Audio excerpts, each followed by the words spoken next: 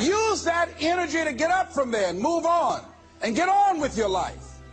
You got to learn to let the past go so you can grow. Many people never act on their dreams because they allow their past experiences to determine what their possibilities are.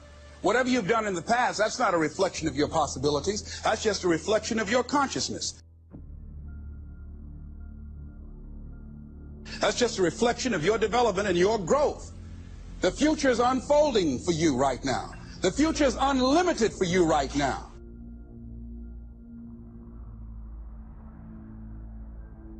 No one knows where you can go. No one knows what you're capable of or what's possible for you. It has everything to do with how you eat.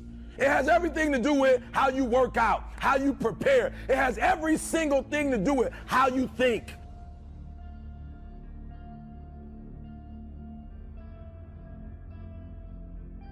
It has every single thing to do with nothing about this, but everything you do as you're getting prepared for that. And when you want it as bad as you want to breathe says, I'm willing to make any sacrifice. I'm willing to go through any pain. I'm willing to go through any suffering. I'm willing to go through whatever it takes. So when I get in there and it's me and him one-on-one, that I guarantee you at the end of it, I won't be the one that surrendered.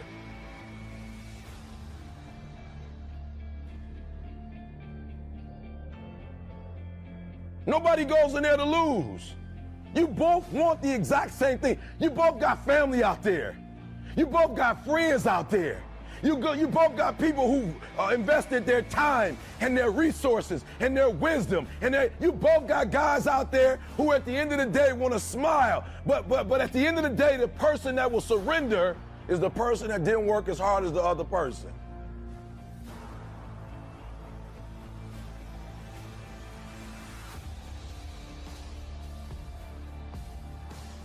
I guarantee you that his trainer is saying he did this and he did that, he did this and he did that. I guarantee you that this person didn't just start doing this for the first time. And some of you in here, you on the upswing. Like for real, you trying to get back. You're trying to get back to a certain place. You're trying to make a name for yourself. And I'm telling you, this is the opportunity to do it. But what do you have to do? You got to work harder than the other person.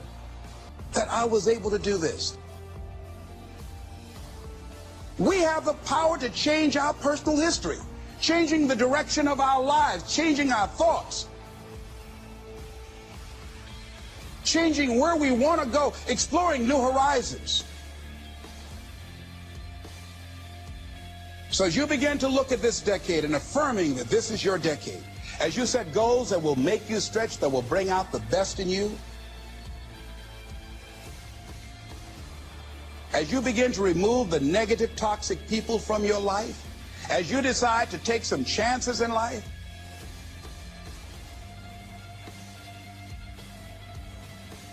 and that's one of the things that's very important. God said, if you're not willing to risk, you cannot grow. And if you cannot grow, you cannot become your best. And if you cannot become your best, you cannot be happy. And if you can't be happy, then what else is there? Because right now, while you quitting, he might be doing 5 more. While you quitting and giving up, while you saying, all right, I did enough, it's time to rest, he might just be getting in his zone.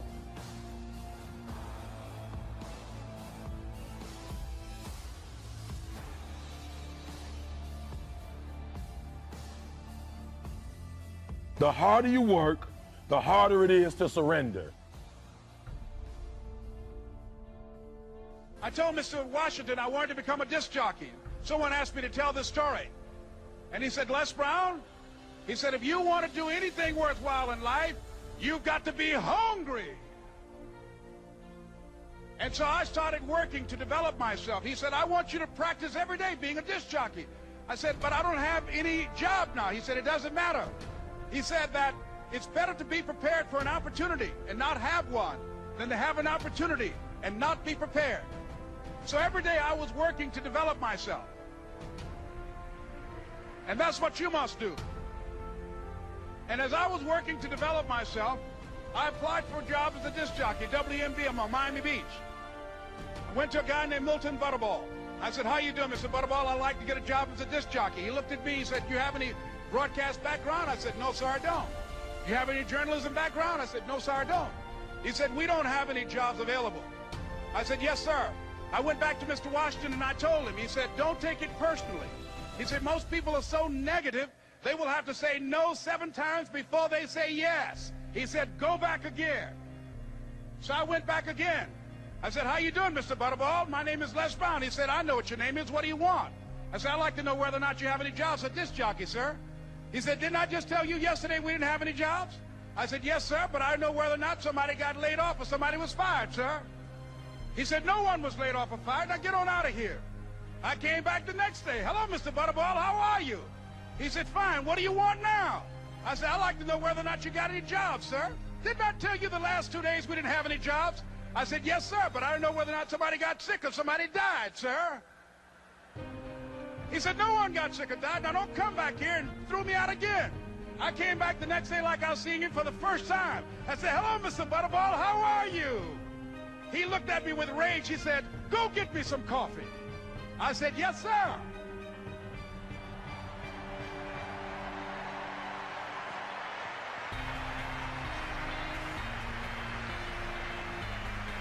And I went to get him some coffee.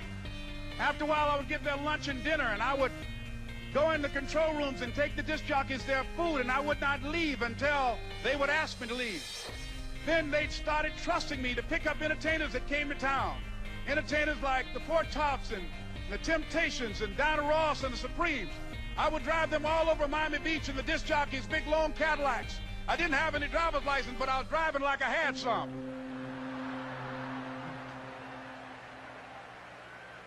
And one day, one Saturday afternoon, while I was at the radio station, a guy named Rock was drinking while he was on the air. I was the only one there, looking at him through the control room windows, walking back and forth, young, ready, and hungry. I was saying, drink, Rock, drink. Drink, Rock. I'd have gone to get him some more if he'd asked me to. Pretty soon the phone rang, and it was the general manager. And I answered the phone. I said, hello? He said, Les, this is Mr. Klein. I said, I know. He said, Rock can't finish his program. I said, I know. He said, would you call one of the other DJs in? I said, yes, sir. I hung the phone up. I said, now he must think I'm crazy. I called my mom and my girlfriend, Cassandra. I said, y'all turn up the radio and come out on the front porch. I'm about to come on the air.